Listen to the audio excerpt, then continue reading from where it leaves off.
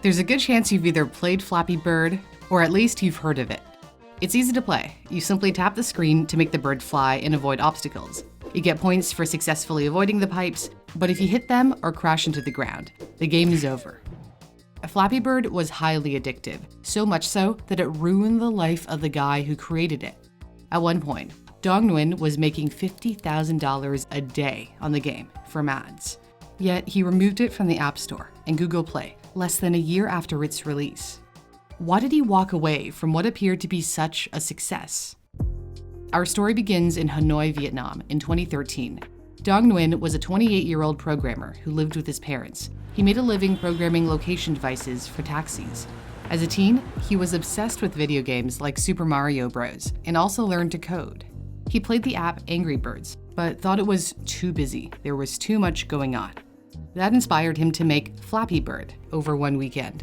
He wanted to make something simpler that you could play while on the go. His company Gears released the game on the App Store on May 24, 2013. It went live on Google Play in early 2014. He decided the game would be free. He hoped to make a few $100 a month from the ads within the game. But little did he know the fortune that lay ahead. Initially, Flappy Bird didn't attract much attention. Tens of thousands of new apps come online every month. Competition was tough. However, about 8 months after releasing the game, something strange happened. People started talking about it, really talking about it. How they were addicted to it, how they were frustrated by it, how they couldn't stop cursing after losing. Flappy Bird adhered to Atari co-founder Nolan Bushnell's principle, the belief that all the best games are easy to learn and difficult to master. Whenever you played, you felt like you could have done better, and that made you want to try again and again. The game was all about skill. Most people usually lost within the first 10 pipes or so. You got a point for every gap you passed through. If you got 10 or more points, you did exceptionally well. The physics was especially impressive. Flappy Bird was inspired by the act of bouncing a ping pong ball against a paddle for as long as possible. Whenever Flappy nosedived, you felt you were along for the ride. Whenever Flappy died, it wasn't so much that Flappy died, but you died. By January 2014, the game topped the charts. It was the most downloaded app in several countries, including the US. It helped that PewDiePie reviewed it on his YouTube channel. Here we go, baby. Here we go. Why is it so hard? By February 2014, Flappy Bird had been downloaded more than 50 million times, netting Nguyen $50,000 a day in ad revenue. You'd think he'd be the happiest man in the world, but no. On February 8, 2014, he tweeted that Flappy Bird was ruining his simple life and that he grew to hate his own game. The following day, he tweeted, "I am sorry, Flappy Bird users. 22 hours from now, I will take Flappy Bird down. I cannot take this anymore." This came as a shock. Why on earth would anyone remove a game that was so insanely popular, generating $50,000 a day, even after Apple and Google's 30% cut of the revenue?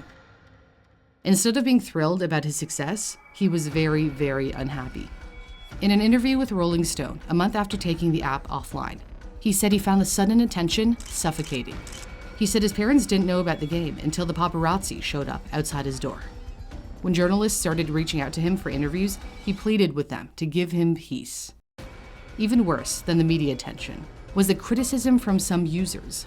He had intended for the game to be played for just a few minutes at a time, as a relaxing break. But in reality, that's not how people use the app. They were addicted. He showed Rolling Stone a message he received from a woman who chastised him for distracting the children of the world. Another person wrote, 13 kids at my school broke their phones because of your game, and they still play it because it's addicting, like crack. Nguyen apparently took these messages to heart. Quote, "At first I thought they were just joking, but I realized they really hurt themselves." In an interview with Forbes shortly after taking the game down, he explained, "It happened to become an addictive product. I think it has become a problem. To solve that problem, it's best to take down Flappy Bird." On February 10, 2014, Flappy Bird was no more. Knockoffs soon flooded the App Store. It was a valiant effort, but people still craved the original. Some tried selling their smartphones with Flappy Bird already downloaded for as much as $100,000. The game was still playable, there just wouldn't be any software updates. However, one seller said eBay canceled his auction, because the company policy was that the phone had to be restored to factory settings before it could be sold. After the demise of Flappy Bird, fake news stories swirled around the creator. The satirical site Hustlers claimed the Flappy Bird creator had committed suicide. There were suggestions Nintendo had threatened to sue him, which he denied. The popular gaming site Kotaku attacked Flappy Bird's creator for allegedly ripping off Nintendo's art. Kotaku later ended up apologizing. The addiction, the spotlight, the criticism all proved too much for Nguyen. It appears money, no matter how much, really can't buy happiness.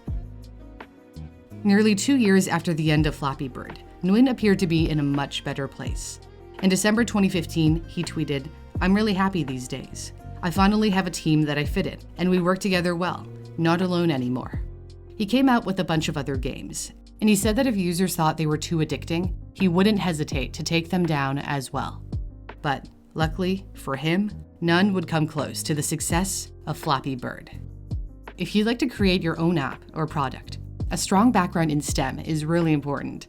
My go-to tool for brushing up on science, computer science, and math is Brilliant. If you'd like to learn how to make a computer do what you want, Brilliant's Algorithm Fundamentals course is a perfect place to start.